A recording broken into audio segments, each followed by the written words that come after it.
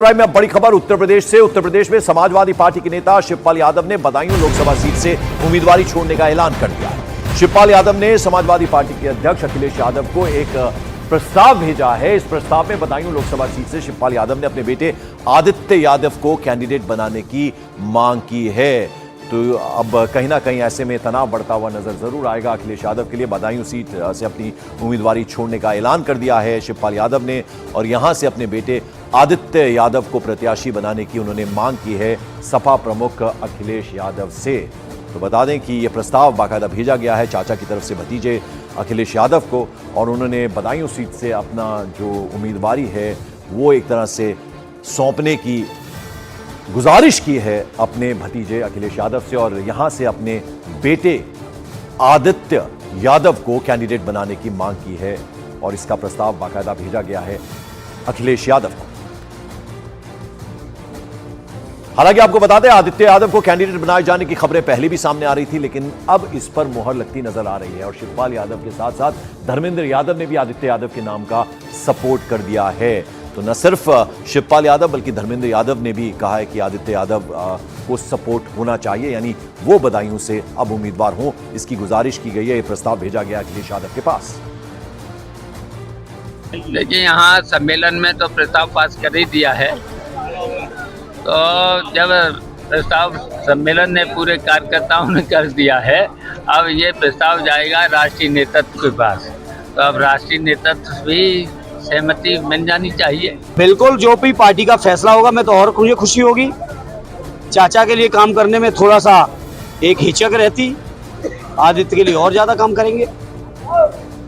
अब जरिए आपको ग्राफिक्स के जरिए समझाते हैं आखिर समाजवादी पार्टी में चल क्या रहा है। समाजवादी पार्टी ने बदायूं से शिवपाल यादव को कैंडिडेट बनाया, लेकिन अब शिवपाल यादव ने अपने बेटे को यहां से प्रत्याशी बनाने की मांग कर दी है। शिवपाल यादव ने इसके लिए अखिलेश यादव को प्रस्ताव भी भेजा है। शिवपाल यादव ये चाहते हैं कि बदायूं से उनका बेटा आदित्य यादव चुनाव लड़े।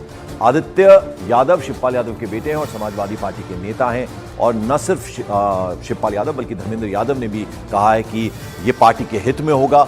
और अब चाचा जो हैं उन्होंने अपने भतीजे अखिलेश यादव जो कि समाजवादी पार्टी के मुखिया हैं उनको बाकायदा प्रस्ताव भेजा है और कहा है कि उनके बेटे को यहां से उम्मीदवारी दी जाए।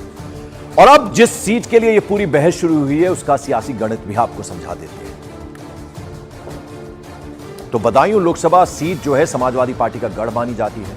1996 से 2014 यानी 1996 से 2014 तक इस सीट पर समाजवादी पार्टी का कब्जा रहा है, लेकिन 2019 में बीजेपी के टिकट पर संघमित्रा मौर्य ने यहां पर जीत दर्ज की। इस लोकसभा सीट से सबसे ज्यादा 6 बार समाजवादी पार्टी जीती है। तो ये काफी इंपॉर्टेंट सीट है समाजवादी पार्टी के लिए, एक तरह से गढ़ का काम करती है। अमित सिंह मेरे सहयोगी हमारे साथ हैं। अमित, ये थोड़ा इंटरेस्टिंग होता जा रहा है। शिवपाल यादव की यहां से उम्मीदवारी थी, अब वो चाहते हैं कि वो नहीं उनके बेटे यहां से चुनाव लड़े, और ये प्रस्ताव भेजा है उन्होंने सपा प्रमुख अखिलेश यादव।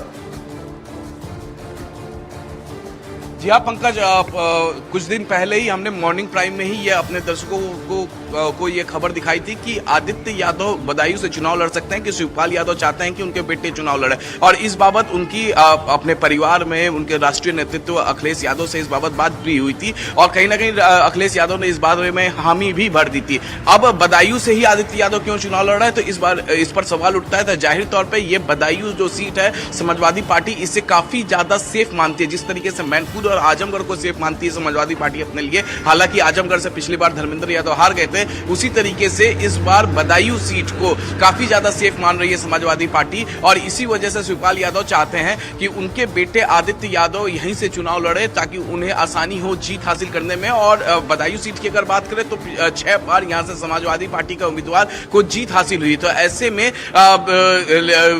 ये समाजवादी पार्टी इसे काफी ज्यादा सेफ सीट मान रही है। तो वहीं दूसरी तरफ जिस तरीके से पिछली बार संघमित्रा मौर्य बीजेपी की कैंडिडेट यहां से जीत हासिल की थी। जी अमित, जरा ये बताएं, जहां एक तरफ हैवी वेट हैं शिवपाल यादव, अब उनकी जगह अगर उनके बेटे चुनाव लड़ते हैं आदित्य के, तो कहां ठहरते हैं उनके मुकाबले में? जनता जो है बदायूं की किस तरह से लेगी? जी हाँ, बिल्कुल। देखिए, ये सवाल लगातार बना रहेगा, लेकिन जिस तरीके से पिछले दिनों हमने देखा शिवपाल यादव लगातार बदायूं सीट पे ही लगातार वो घूम रहे थे, लगातार वहां पर चुनाव प्रचार कर रहे थे और जिनसे भी मिलते थे, चाहे वो पार्टी कार्यकर्ता या फिर डोर टू डोर जाकर गाँव में लोगों से जब बातचीत करते थे तो ये मैसेज जरूर वो देते थे कि उनका बेटा आदित्य ही संभवतः यहाँ से चुनाव लड़ेगा, वो अपना नाम वापस ले लेंगे। तो इसके लिए जमीन लगातार शिवपाल यादव तैयार कर रहे थे। वहीं दूसरी तरफ समाजवादी पार्टी की इस स्ट्रैटेजी से रूबरू थी बीजेपी। तो जाहिर तौर पर बीजेपी भी डोर टू डोर लगातार कैंपेन कर रही थी। हालांकि बीजेपी ने जिस दौरान संघमित्रा मौर्य यहाँ से सांसद बनी, बीजेपी ने अपना काफी ज्यादा कैडर यहाँ पर बढ़ाया है। तो समाजवादी पार्टी को यहाँ पर मुश्किल भी हो सकती है, जिस तरीके से समाजवादी पार्टी इसे अपना सेफ सीट मान रही है। चलिए, बहुत बहुत शुक्रिया इस तमाम अपडेट, इस जानकारी के लिए आपका, अमित सिंह। और मॉर्निंग प्राइम में ब्रेकिंग न्यूज दिल्ली से। दिल्ली के मुख्यमंत्री अरविंद केजरीवाल तिहाड़ जेल में अपने दिन की शुरुआत झाड़ू लगाकर कर रहे हैं। हालांकि जेल में ये बड़ी नॉर्मल सी प्रक्रिया है, सामान्य सी प्रक्रिया है। जेल में बंद सभी अंडर ट्रायल जो होते हैं वो खुद ही अपने सेल की सफाई करते हैं, लेकिन यहां संयोग है। संयोग ये है कि अरविंद केजरीवाल की जो पार्टी है, आम आदमी पार्टी, उसका सिंबल भी झाड़ू है। खबर यह भी है कि अरविंद केजरीवाल ने अपने लिए जेल प्रशासन से, जेल एडमिनिस्ट्रेशन से कुर्सी भी मांगी है, ताकि कुछ वक्त अपनी दिनचर्या का वो कुर्सी पर बैठकर भी गुजारें, किताबें पढ़ें। किताबों के लिए भी उन्होंने रिक्वेस्ट की थी, 3 किताबें मांगी थी, जिसमें श्रीमद् भगवत गीता और रामायण थी। उसके अलावा एक और किताब थी, और हालांकि गद्दा और साथ ही साथ तकिया, चादर, ये उन्हें मुहैया करवाई गई थी। घर से खाना उन्होंने मंगवाया था, इसके लिए भी जेल एडमिनिस्ट्रेशन तैयार था। कुछ मेडिसिन, चूंकि उन्हें डायबिटीज है, शुगर है उन्हें, तो वो भी उन्हें मुहैया कराई गई थी। लेकिन अब उन्होंने एक कुर्सी की भी डिमांड की है, और पहली रात उनकी काफी बेचैनी में कटी थी। लेकिन जो दूसरी रात है, उसके बाद जब सुबह हुई है, तो खबर ये आ रही है कि झाड़ू लगाते हुए दिखे हैं जेल के अंदर, अपने सेल के अंदर। जेल नंबर 2, सेल नंबर 2 में बंद है तिहाड़ जेल में, और वहां उन्होंने आज झाड़ू लगाई है, जो खबर आ रही है। जावेद हमारे साथ हैं। जावेद, आप आम आदमी पार्टी दफ्तर के बाहर हैं, लेकिन जो अभी खबर आ रही है जिसकी हम चर्चा कर रहे हैं, झाड़ू लगाई है आज उन्होंने अपनी सेल में।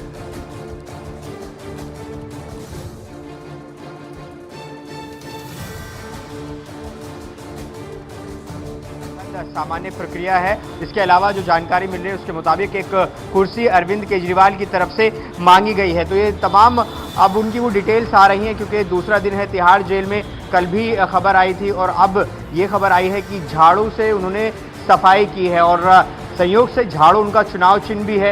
इसके अलावा देखिए, जेल में जब कोई कैदी होता है तो टाइम किस तरह से वो गुजारता है, उसके लिए अलग अलग तरीके अपनाए जाते हैं। और यही वजह है कि जब अरविंद केजरीवाल को न्यायिक हिरासत में भेजा गया, उनकी तरफ से 3 किताबों की मांग भी की गई, जिसमें रामायण, श्रीमद् भगवत गीता और how prime minister decide Neerja Chaudhary की। तो ऐसे अलग अलग तरीके से वो अपना टाइम स्पेंड जेल में फिलहाल कर रहे हैं। लेकिन आज हाईकोर्ट में सुनवाई होनी है, क्या उनको अंतरिम राहत मिलेगी या नहीं मिलेगी, इस पर आज नजरें बनी रहेंगी। पंकज, बिल्कुल, जिस ओर आप इशारा कर रहे हैं उस खबर पर भी हम आते हैं। तो दिल्ली के सीएम अरविंद केजरीवाल ने अपनी गिरफ्तारी के खिलाफ कोर्ट में याचिका दाखिल की थी, जिस पर आज सुनवाई होनी है। पिछली सुनवाई में कोर्ट ने एनफोर्समेंट डायरेक्टरेट को 2 अप्रैल तक जवाब दाखिल करने के लिए कहा था। वहीं ईडी ने जवाब दाखिल करते हुए अरविंद केजरीवाल की रिहाई का विरोध किया है। तो आज हाईकोर्ट में सुनवाई होनी है, दिल्ली हाईकोर्ट में। जैसे कि आपको बता दें कि जो गिरफ्तारी हुई थी, जिस तरह से गिरफ्तारी हुई थी, उसके खिलाफ अरविंद केजरीवाल ने कोर्ट वो गए थे और याचिका दाखिल की थी, और उन्होंने एक तरह से चैलेंज किया था अपनी गिरफ्तारी को, जिस पर आज सुनवाई होनी है। और कोर्ट ने उस वक्त कहा था, चूंकि होली की छुट्टियां चल रही थी, तो लिहाजा फिर जवाब दाखिल करने को प्रवर्तन निदेशालय को कहा था। 2 अप्रैल तक जवाब दाखिल करने की डेट दी गई थी एनफोर्समेंट डायरेक्टरेट को, जो जवाब दाखिल कर दिया गया है। और ईडी ने इस पर जवाब दाखिल करते हुए केजरीवाल की रिहाई का विरोध किया है। तो आज एक बेहद अहम दिन है। दिल्ली हाईकोर्ट में आज केजरीवाल की उस याचिका पर सुनवाई होनी है, जिसमें जवाब दाखिल करने के लिए प्रवर्तन निदेशालय को कहा गया था हाईकोर्ट की तरफ से। तो वो जवाब हलफनामे के जरिए दाखिल कर दिया गया है, और एक तरह से अब देखना होगा कि इस सुनवाई में क्या डिसीजन सामने आता है। क्या किसी तरह की राहत अरविंद केजरीवाल को मिलती है, या उनकी मुश्किलें वैसी ही बनी रहती हैं। अभी फिलहाल तिहाड़ जेल में बंद है अरविंद केजरीवाल, और जैसे कि हम आपको बता रहे हैं कि आज ये बेहद अहम दिन है। इस बीच संजय सिंह जो हैं, वो सुप्रीम कोर्ट से उन्हें जमानत मिल गई है, तो एक बड़ी राहत आम आदमी पार्टी के लिए है, संजय सिंह के लिए है। लेकिन अरविंद केजरीवाल की मुश्किलें अभी लगातार बनी हुई हैं। लेकिन आज थोड़ी उम्मीद उन्हें जरूर है कि शायद हाईकोर्ट से किसी तरह की उन्हें राहत मिले। ये देखने वाली बात होगी। कुछ देर बाद सुनवाई होनी है। जवाब दाखिल करने के लिए चूंकि चैलेंज किया गया था, ईडी को कहा था कि आप अपना जवाब दाखिल करें, तो यह हलफनामा ईडी की तरफ से कोर्ट में जमा करा दिया गया और इस पे ये कहा गया कि जो गिरफ्तारी हुई है वो बिल्कुल सही है और अब इस पर सुनवाई होनी है और अब देखना होगा कि कोर्ट किस तरह का डिसीजन लेता है। तो फिलहाल अरविंद केजरीवाल तिहाड़ जेल में बंद हैं। दूसरा दिन, दूसरी रात उन्होंने जेल में गुजार दी है। दीपक बिष्ट हमारे सहयोगी सीधे हाईकोर्ट से हमारे साथ जुड़ रहे हैं। हाईकोर्ट की खबर पर वो जो जमानत उन्हें आज मिलेगी या नहीं, उस पर हमें अपडेट देंगे। दीपक, बहुत उम्मीद लगाई रखी होगी आज अरविंद केजरीवाल ने, आज उस पर सुनवाई होनी है, जवाब दाखिल कर दिया गया है एनफोर्समेंट डायरेक्टरेट की तरफ से। बिल्कुल पंकज, ईडी ने जो हलफनामा एक दिन पहले वहां पर दाखिल किया है उस पर उसने साफ तौर पर कहा है कि जो आम आदमी पार्टी है वो कहीं ना कहीं से इस पूरी जो साजिश का एक हिस्सा रही है और उसके अलावा जो गोवा चुनाव थे उसको यहाँ पर रखा गया है। उसमें ये कहा गया कि 45 करोड़ रुपया जो है गोवा चुनाव के लिए खर्च किया गया था। जो रिश्वत ली गई थी उसके अलावा जो अरविंद केजरीवाल है वो इस पूरी कॉन्स्पिरेसी जो दिल्ली आबकारी नीति थी घोटाला मामले की, उसके साजिशकर्ता हूँ मैं, मुख्य साजिशकर्ता उन्हें बताया गया। तो ऐसे में उनको बिल्कुल भी जमानत नहीं दी जाए, क्योंकि केजरीवाल ने गिरफ्तारी और जमानत को लेकर हिरासत को लेकर चुनौती दी थी और इसको लेकर अब आज यहाँ पर जैसे ईडी ने कल कहा था कि याचिका को खारिज किया जाए, तो आज देखना होगा कि इस अहम सुनवाई में क्या होता है, क्योंकि ईडी ने जिस तरह से अपना हलफनामा दिया है। पंकज, बिल्कुल, और इस बीच आपको बता दें ईडी के जवाब पर आम आदमी पार्टी का बयान सामने आया है। आम आदमी पार्टी ने कहा कि प्रवर्तन निदेशालय बस झूठ बोलता है। सुप्रीम कोर्ट ने कहा कोई मनी ट्रेल नहीं मिला, कोई पैसा नहीं मिला। सुप्रीम कोर्ट में एक भी सबूत नहीं दे पाई ईडी। एनफोर्समेंट डायरेक्टरेट बीजेपी के इशारे पर काम कर रही है। बीजेपी किसी भी कीमत पर केजरीवाल सरकार को गिराना चाहती है। बीजेपी केजरीवाल को चुनाव प्रचार इलेक्शन कैंपेन करने से रोकना चाहती है। ये लगातार आम आदमी पार्टी के जितने भी नेता हैं वो ये बात कह रहे हैं कि मंशा सिर्फ बीजेपी की ये है कि एनफोर्समेंट डायरेक्टरेट के जरिए, ईडी के जरिए चुनाव प्रचार ना कर पाए, ये कोशिश बीजेपी की है। और मॉर्निंग प्राइम में एक और बड़ी खबर आपको बता दें, सुप्रीम कोर्ट से जमानत मिलने के बाद आज संजय सिंह तिहाड़ जेल से बाहर आए। 181 दिनों के बाद सुप्रीम कोर्ट से उन्हें कल जमानत मिली है। प्रवर्तन निदेशालय ने जमानत का विरोध नहीं किया। इसके बाद संजय सिंह आज जेल से बाहर आएंगे। फिलहाल संजय सिंह ILBS हॉस्पिटल में भर्ती हैं।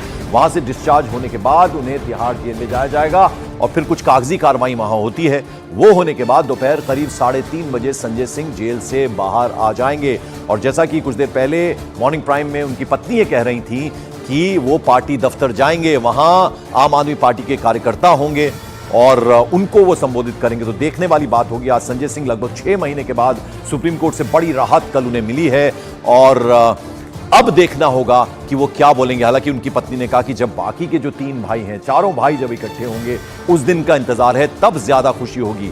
हालांकि उन्होंने कहा कि सत्य की जीत हुई है, असत्य की हार हुई है। मानव हमारे साथ हैं। मानव, क्या कारण कि उन्हें अस्पताल लेकर जाया गया? और जैसा कि उनकी पत्नी से आप बात कर रहे थे, अस्पताल से वो तिहाड़ जेल जाएंगे क्योंकि कुछ फॉर्मेलिटीज होती हैं जो पूरा करना होगा और फिर ऐसी उम्मीद की जा सकती है कि वो आम आदमी पार्टी के दफ्तर जाएंगे। पंकज, देखिए इस वक्त सबसे बड़ी खबर हम अपने न्यूज़ 8 इंडिया के दर्शकों को बता रहे हैं कि उससे पहले थोड़ी देर के बाद यहां से संजय सिंह का परिवार, उनकी पत्नी जमानती बॉन्ड भरने के लिए रावत एवेन्यू कोर्ट जाएंगी। अब से तकरीबन 10 मिनट के बाद वहां पर 1-1 लाख के 2 मुचलके पर उनको जमानत दी जाएगी, तो वो कागजी कार्रवाई पूरी होगी। जब हम उनकी पत्नी से बात कर रहे थे तो उन्होंने कहा था कि उनकी रिहाई जेल से होगी, यहाँ से उनको अस्पताल से उनको जेल ले जाएगा। लेकिन अभी फिलहाल एक ताज़ा अपडेट ये है कि अगर सारी कागजी कार्रवाई समय रहते हो जाती है तो ये भी संभव है कि ILBS अस्पताल से ही संजय सिंह को यहाँ से जमानत मिल जाए, क्योंकि सत्येंद्र जैन के मामले में भी ये हुआ था। स्वास्थ्य कारण से उनको जमानत दी गई थी और वो जमानत जब रिहाई हुई थी तो उनकी अस्पताल से हुई थी। वहीं दूसरी बात यह है कि अगर आपको याद हो कि कल जब सुप्रीम कोर्ट से उनको जमानत दी गई तो जमानत के बाद कई तरीके के दिशा निर्देश एक तरीके से जो ट्रायल कोर्ट है उसको तय करने हैं, उसको लेकर गाइडलाइंस बाकायदा जो रिलीज ऑर्डर है वो यहाँ से जारी किया जाएगा और उसके बाद ही संजय सिंह की जमानत पर एक तरीके से पूरी तरीके से मोहर तो लग चुकी है। मैं देख पा रहा हूँ कि परिवार उनका नीचे यहाँ पर पहुँचा हुआ है और अभी यहाँ से लोग कोर्ट जाने की यहाँ से कोशिश कर रहे हैं। संजय सिंह की पत्नी को मैं देख पा रहा हूँ, ये राउज एवेन्यू कोर्ट यहाँ से जाएंगे और ये कहा जा रहा है कि उनकी जमानत उनकी पत्नी ही दिला रही है। जो जमानती बॉन्ड है उस पर हस्ताक्षर उनकी पत्नी जी, तो बड़ी खबर बता रहे हैं हमें मानव की हो सकता है कि ILBS हॉस्पिटल से ही सीधा रिलीज हो जाएं संजय सिंह, ना जाएं वो तिहाड़ जेल, ये वो कह रहे हैं। वहीं संजय सिंह की जमानत पर उनकी पत्नी अनीता सिंह ने खुशी जाहिर की है। अनीता सिंह जी हमारे साथ है। अनीता जी, करीब 6 महीने संजय सिंह अभी जेल में रहे और अब आज बाहर आ रहे हैं, तो आज क्या यहाँ से ही जमानत मिल जाएगी? क्या जानकारी आपको दी गई है या जेल से घर आएंगे? नहीं, अभी अभी हम कोर्ट जाएंगे। जो जमानत की पूरी प्रतिक्रिया है उसको हम पूरा करने के लिए अभी 10 बजे तक कोर्ट पहुँचेंगे। इसके बाद यहाँ से इनको डिस्चार्ज किया जाएगा। डिस्चार्ज करने के बाद तिहाड़ लेके जाएंगे, फिर वहाँ से वो 2 बजे या 3 बजे तक वहाँ से रिहाई हो जाएगी। फिर इसके बाद आगे